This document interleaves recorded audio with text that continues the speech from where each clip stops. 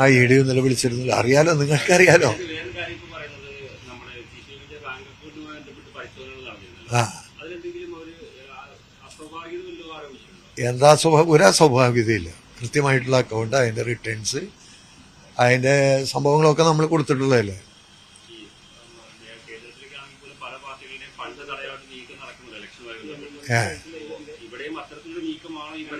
എന്താ അവർ ഉദ്ദേശിക്കണെന്ന് അറിയില്ല. അത് വരട്ടെ, എന്താ വെച്ചാൽ വരട്ടെ, അപ്പൊ നോക്കാം. 1 കോടി രൂപ എന്ന് പറഞ്ഞാൽ അക്കൗണ്ടിൽ നിന്ന് പണം പിൻവലിക്കില്ലേ? അക്കൗണ്ടിൽ നിന്ന് പറഞ്ഞാൽ പണം പിൻവലിക്കേണ്ട വന്നാൽ പിൻവലിക്കേണ്ടി വരില്ലേ? പാർട്ടി ആവശ്യങ്ങൾക്ക് പണം പിൻവലിക്കും. അതിപ്പോ 3 കോടി 5 കോടി എന്നൊക്കെ പറഞ്ഞ ചില പത്രങ്ങൾ എഴുതാതെ ഇങ്ങനെ എഴുതി പിടിപ്പിക്കുകയാണ്. അതെന്തെങ്കിലും ആവട്ടെ. പണം നിയമാനുസൃതമായിട്ടുള്ള അക്കൗണ്ട് അല്ലേ, അപ്പോൾ പണം വിഡ്രോ ചെയ്തിട്ടുണ്ടാവും. ആവശ്യത്തിന് പണം വിഡ്രോ ചെയ്യണമല്ലോ.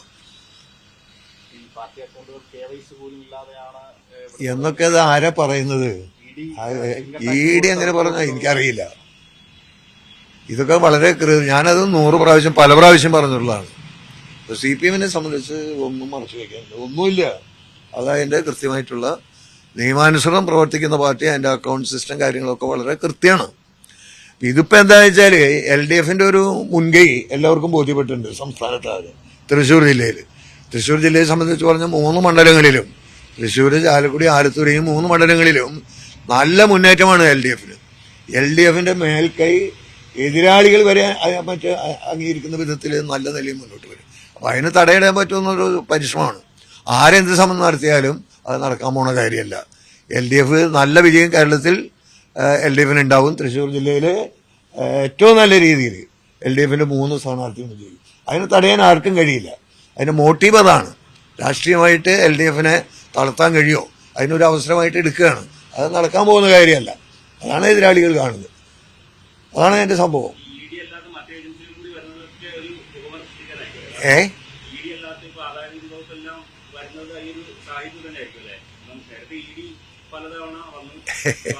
കേന്ദ്ര ഏജൻസി അതിനെ കുറിച്ചൊന്നും ഞാൻ കൂടുതൽ കാര്യങ്ങൾ പ്രതികരിക്കുന്നില്ല. ഇതാണ് അതിനെ സംബന്ധിച്ച് ചുരുക്കത്തിൽ പറയാം. അറിയില്ല, വരട്ടെ, നോക്കട്ടെ. അപ്പൊ നമ്മൾ പിന്നെ ഇക്കാര്യങ്ങളെ സംബന്ധിച്ച് നമ്മുടെ നിലപാട് പറഞ്ഞില്ല. രാഷ്ട്രീയമായിട്ടും നിയമപരമായിട്ടും നമ്മളത് കൈകാര്യം ചെയ്യാവുന്നതാണ്. അപ്പൊ അതിൽ നമ്മളെ തളർത്തുക എന്നുള്ളതാണ് ഉദ്ദേശിക്കുന്നത്. അത് നടക്കുന്ന ഒരു കാര്യമല്ല ഇപ്പോഴത്തെ നിലയിൽ. അതാണ് BJP മനസ്സിലാക്കേണ്ടത്. അത് തന്നെയാണ് UDF മനസ്സിലാക്കേണ്ടത്. ആരും ഏത് ശക്തിയായാലും മനസ്സിലാക്കേണ്ട കാര്യം അതാണ്. ആര്?